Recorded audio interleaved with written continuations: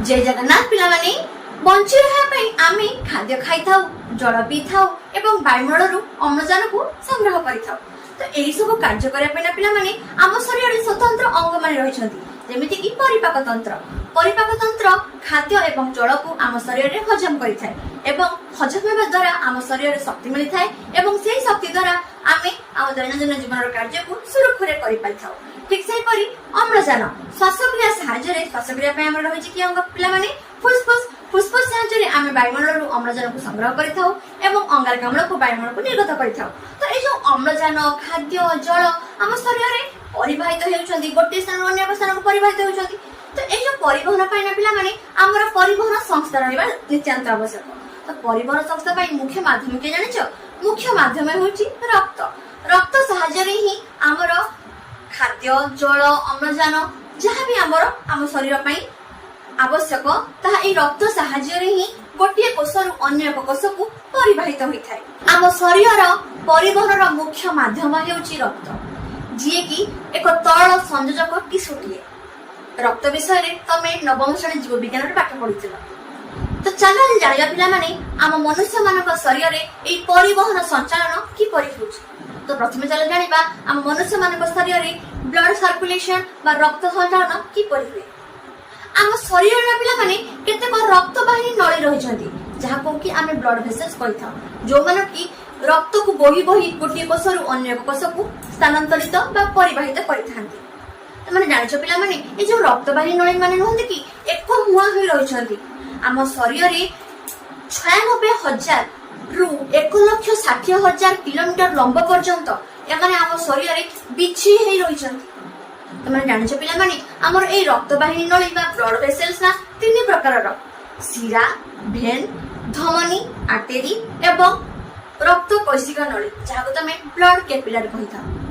तो शिरा और धमनी मध्य रक्त संचालन करिबा ने पिला माने हृदपिंड सहाय्य करिथाय। हृदपिंड हेउची एक पंप लाइक स्ट्रक्चर टी जे कि अनवरत भाव रे आम शरीर रे संकोचित हेउथाय एवं शिथिलित हेउथाय। हृदपिंड हेउची रक्त संचालन मुख्य अंग। तो माने जानिछो पिला माने ए हृदपिंडर संकोचन जनित चाप पाइना आम धमनी एवं रक्त कोशिका नळी रक्त को नै कोष मानक पाखरे पहुंचै थांती। कोष रक्त रु आवश्यक मुताबक खाद्य एवं अम्लजान को संग्रह करिथाय। सेही अम्लजान एवं खाद्यर व्यवहार होई साला परे सेथुर वर्ज्य वस्तु मान बाहरी थांती। तो से वर्ज्य वस्तु गुडी को कोषर बाहरी आसी थांती। से वर्ज्य वस्तु बा दूषित रक्त को को माने संग्रह करंती ना हमर रक्त कोशिका शिरार रक्त कोशिका एवं छोट शिरा रक्त कोशिका एवं छोट शिरा द्वारा दूषित रक्त शिरा पाखरे जाई पहुंची थांती। शिरा कोन करे ना शिरा पर थाए गोटे पेशी जे कि संकोचन और शिथिलन जनित चाप द्वारा हमर हृदपिंड को जाई थाए। हृदपिंड रे हमर ए दूषित रक्त आसी पहुंची थाए। ता छडा शिरा हमर गोटे रही थाए भाव बा कपाटिका जे कि कोन करे सहाय्य करे ना रक्त को एक मुहा बा हृदपिंड को नबा पाए जहा द्वारा कौन हुए रक्त गोटे बाट देरी जाई थाए पछ को फेरी न थाए। मनुष्य शरीर रे हृदपिंड रे रक्त कौन हुए ना धमनी जरिया रे बाहर को जाई थाए। ठीक से परी शिरा द्वारा रक्त हृदपिंड को फेरी आसी थाए। एहा कुना पिला माने आमे आबद्ध संचालन कहि थाउ। तो माने जानिछो पिला माने रक्त संचालन हमर प्रथम वैज्ञानिक की बा प्रथम की यहाँ को आविष्कार करथिले विलियम हार्वे जे कि जने ब्रिटिश डॉक्टर जी कि हमर ए रक्त संचालन को आविष्कार करथिले। एबे चलो जानिबा पिला माने हृदपिंडर अवस्थिति और आकार विषय रे। आम मनुष्य मानक शरीर पिला माने वक्षगह्वर मध्यस्थल रे दुईटी फुसफुस रो मझी रे एवं मध्यछेदर ऊपरे सामान्य बाम आडकू हमर रहिछि हृदपिंड। हृदपिंडर आकार हेउछि हाथ मुठी आकारर।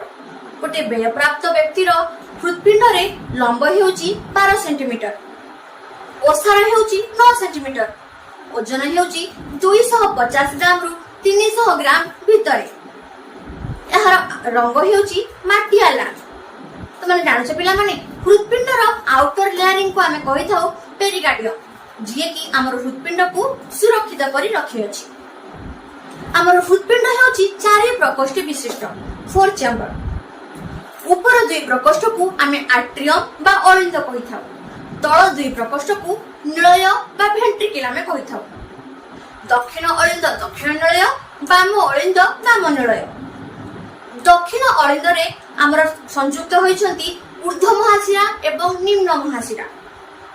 ঊର୍ଧ୍ୱ ମହାଶିରା ଏବଂ ନିମ୍ନ ମହାଶିରା ଆମର ঊର୍ଧ୍ୱ ମହାଶିରା ନିମ୍ନ ମହାଶିରା କଣ ପିଲାମାନେ? ঊର୍ଧ୍ୱ ମହାଶିରା ମାନେ ହୃତ୍ପିଣ୍ଡର ଉପରେ ଯୋଉ ଆମର ଶିରା ମାନେ ରହୁଛନ୍ତି ସେମାନେ ହେଲେ ঊର୍ଧ୍ୱ ମହାଶିରା। ନିମ୍ନ ମହାଶିରା କଣ ପିଲାମାନେ? ହୃତ୍ପିଣ୍ଡର ତଳକୁ ଯୋଉ ଶିରା ମାନେ ରହିଲେ ସେମାନେ ହେଉଛନ୍ତି ନିମ୍ନ ମହାଶିରା। ତ ଦକ୍ଷିଣ ଅଳିନ୍ଦରେ ଆମର ସଂଯୁକ୍ତ ହୋଇଛନ୍ତି ঊର୍ଧ୍ୱ ମହାଶିରା ଏବଂ ନିମ୍ନ ମହାଶିରା। ଠିକ ସେହିପରି ଦକ୍ଷିଣ ନିଳୟରେ ସଂଯୁକ୍ତ ହୋଇଛନ୍ତି ଆମର ଫୁସଫୁସିୟ ଧମନୀ। କଣ ଏମାନଙ୍କର କାର୍ଯ୍ୟ ଆମେ ପରେ ପଢିବା। ଠିକ ସେହିପରି ବାମ ଅଳିନ୍ଦରେ ସଂଯୁକ୍ତ ହୋଇଛି ଫୁସଫୁସିୟ ଶିରା। ଠିକ ସେହିପରି ବାମ ନିଳୟରେ ସଂଯୁକ୍ତ ହୋଇଛି ମହାଧମନୀ ବା ଯାହାକୁ ଆମେ କହିଥାଉ ଏଓଟା। ତ ଏହିପରି ଭାବରେ ଆମର 4 ଚେମ୍ବର ବା 4ଟି ପ୍ରକୋଷ୍ଠ ଏହି ମାନଙ୍କ ଦ୍ୱାରା ସଂଯୁକ୍ତ ହୋଇ ରହିଛନ୍ତି। ଅଳିନ୍ଦ ଓ ନିଳୟ ମଧ୍ୟରେ ନା ପିଲାମାନେ କେତେକ କପାଟିକା ଦେଖାଯାନ୍ତି। ଚାଲ ଜାଣିବା ସେଗୁଡ଼ିକ ବିଷୟରେ।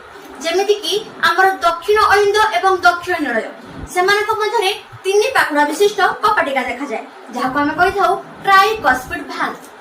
ଠିକ ସେହିପରି ବାମ ଅଳିନ୍ଦ ଏବଂ ବାମ ନିଳୟ ମଧ୍ୟରେ ଆମର ଦେଖାଯାଏ 2 ପାଖୁଡ଼ା ବିଶିଷ୍ଟ କପାଟିକା, ଯାହାକୁ ଆମେ କହିଥାଉ ବାଇକସ୍ପିଡ୍ ଭାଲ୍ଭ। ଠିକ ସେହିପରି ନିଳୟ ଓ ରକ୍ତବାହିନୀ ମଧ୍ୟରେ ଗୋଟେ କପାଟିକା ଦେଖାଯାଏ, ଯାହାର ନାଁ ହେଉଛି ଅର୍ଦ୍ଧ ଚନ୍ଦ୍ରାକୃତି କପାଟିକା ବା ଯାହାକୁ ଆମେ କହିଥାଉ ସେମି ଲ୍ୟୁଲାର ଭାଲ୍ଭ। ତମେ ଜାଣିଛ ପିଲାମାନେ ଅଳିନ୍ଦ ଏବଂ ନିଳୟ ମଧ୍ୟସ୍ଥ କପାଟିକା ନିଳୟ ଆଡକୁ ମୁହେଇଥାଏ। ଠିକ ସେହିପରି ନିଳୟ ଓ ରକ୍ତବାହିନୀ ମଧ୍ୟସ୍ଥ କପାଟିକା ରକ୍ତବାହିନୀ ଆଡକୁ ମୁହେଇଥାଏ। ସେଥିପାଇଁ ରକ୍ତ ଗୋଟିଏ ଦିଗରେ ହିଁ ଗତି କରିପାରିଥାଏ। ତମେ ଜାଣିଛ ପିଲାମାନେ ଆମର ଯୋଉ ଅଳିନ୍ଦ ଏବଂ ନିଳୟ ରହିଛି ନା ପିଲାମାନେ ସେମାନଙ୍କ ମଧ୍ୟରୁ ବାମ ନିଳୟ ଅଧିକ ମୋଟା, ମାନେ ଯାହାର ତାର ପ୍ରାଚୀରଟି ଅଧିକ ମୋଟା ହେଇଥାଏ, ଯିଏକି ଅଧିକ ଦକ୍ଷ।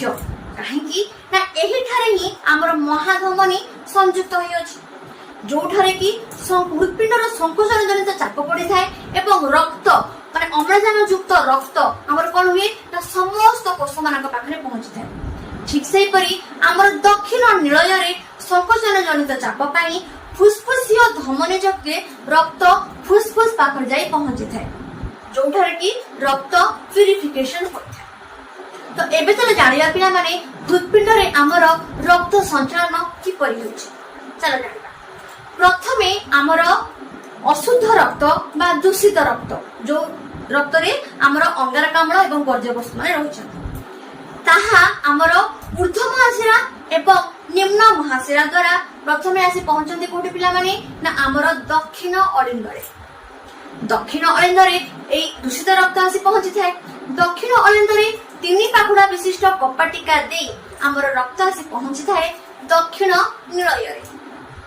ଦକ୍ଷିଣ ନିଳୟରେ ଏହି ଦୂଷିତ ରକ୍ତ ଆମର ଫୁସଫୁସିୟ ଧମନୀ ଯୋଗେ ଯାଇ ପହଞ୍ଚିଥାଏ ଫୁସଫୁସରେ। ଫୁସଫୁସରେ ଏହି ଦୂଷିତ ରକ୍ତ ପ୍ୟୁରିଫାଇ ହୋଇଥାଏ। ଯେମିତି ଆମର ୱାସିଂ ମେସିନ ଆମର କଣ କରେ, ରକ୍ତ ଆମର ଯେତେ ଦୂଷିତ ପଦାର୍ଥକୁ ବାହାର କରି ଦେଇଥାଏ, ଠିକ ସେହିପରି ଆମର ଫୁସଫୁସ କଣ କରେ, ରକ୍ତକୁ ପ୍ୟୁରିଫାଇ କରିଦେଇଥାଏ। ଅଙ୍ଗାରକାମ୍ଳ ଯୁକ୍ତ ରକ୍ତ ବନିଯାଏ ଅମ୍ଳଜାନ ଯୁକ୍ତ ରକ୍ତରେ। ଠିକ ଅଛି ପିଲାମାନେ। ତ ଫୁସଫୁସରେ ଯେତେବେଳେ ଆମର ରକ୍ତ ପ୍ୟୁରିଫିକେସନ ହୋଇଯାଏ, ଅମ୍ଳଜାନ ଯୁକ୍ତ ରକ୍ତରେ ପରିଣତ ହୋଇଯାଏ, ସେହି ରକ୍ତ ଫୁସଫୁସିୟ ଶିରା ଯୋଗେ ଆସି ପହଞ୍ଚିଥାଏ ବାମ ଅଳିନ୍ଦରେ। ବାମ ଅଳିନ୍ଦରେ ଆମର ଏହି ଅମ୍ଳଜାନ ଯୁକ୍ତ ରକ୍ତ 2 ପାଖୁଡ଼ା ବିଶିଷ୍ଟ କପାଟିକା ଯୋଗେ ଆସି ପହଞ୍ଚିଥାଏ ବାମ ନିଳୟରେ। ବାମ ନିଳୟରୁ ମହାଧମନୀ ଯୋଗେ ଏହି ଅମ୍ଳଜାନ ଯୁକ୍ତ ରକ୍ତ ଆମ ଶରୀରର ସମସ୍ତ କୋଷମାନଙ୍କ ପାଖରେ ଆସି ପହଞ୍ଚିଥାଏ। ଏହିପରି ଭାବରେ ଆମ ଶରୀରରେ ରକ୍ତ ସଞ୍ଚାଳନ ହୋଇଥାଏ। ସବୁବେଳେ ମନେ ରଖିବ ପିଲାମାନେ, ଶିରା କଣ କରେ ନା ରକ୍ତକୁ ଆମ ଶରୀରରୁ ନେଇ ହୃତ୍ପିଣ୍ଡ ପାଖରେ ନେଇକି ପହଞ୍ଚିଥାଏ। ଠିକ ସେହିପରି ଧମନୀ ହୃତ୍ପିଣ୍ଡରୁ ରକ୍ତକୁ ନେଇ ଆମ ଶରୀରରେ ପହଞ୍ଚିଥାଏ। ଶରୀରରୁ ରକ୍ତକୁ କେରି କରିକି ପହଞ୍ଚାଏ ହୃତ୍ପିଣ୍ଡରେ ହେଉଛି ଶିରା। ହୃତ୍ପିଣ୍ଡରୁ ରକ୍ତକୁ କେରି କରି ଆମର ଶରୀରରେ ପହଞ୍ଚାଏ ଧମନୀ। ଆଉ ଗୋଟେ କଥା କଣ, ଶିରା ସବୁବେଳେ ବହନ କରେ ଆମର ଦୂଷିତ ରକ୍ତ, CO2 ଯୁକ୍ତ ରକ୍ତ। ଠିକ ସେହିପରି ଧମନୀ ସବୁବେଳେ ସଂଗ୍ରହ କରେ O2 ଯୁକ୍ତ ରକ୍ତ ବା ଶୁଦ୍ଧ ରକ୍ତ।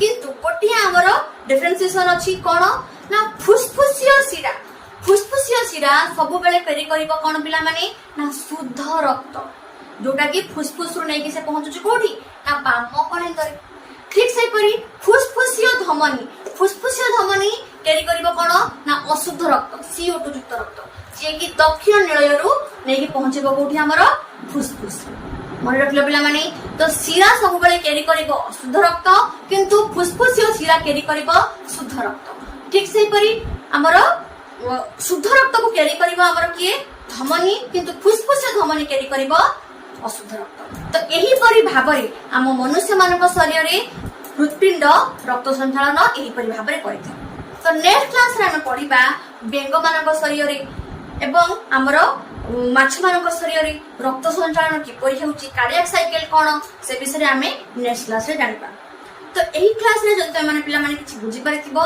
ताले मोर चैनल को सब्सक्राइब करि देबो लाइक करि देबो संग साथी मानकू शेयर करि देबो रहिली धन्यवाद।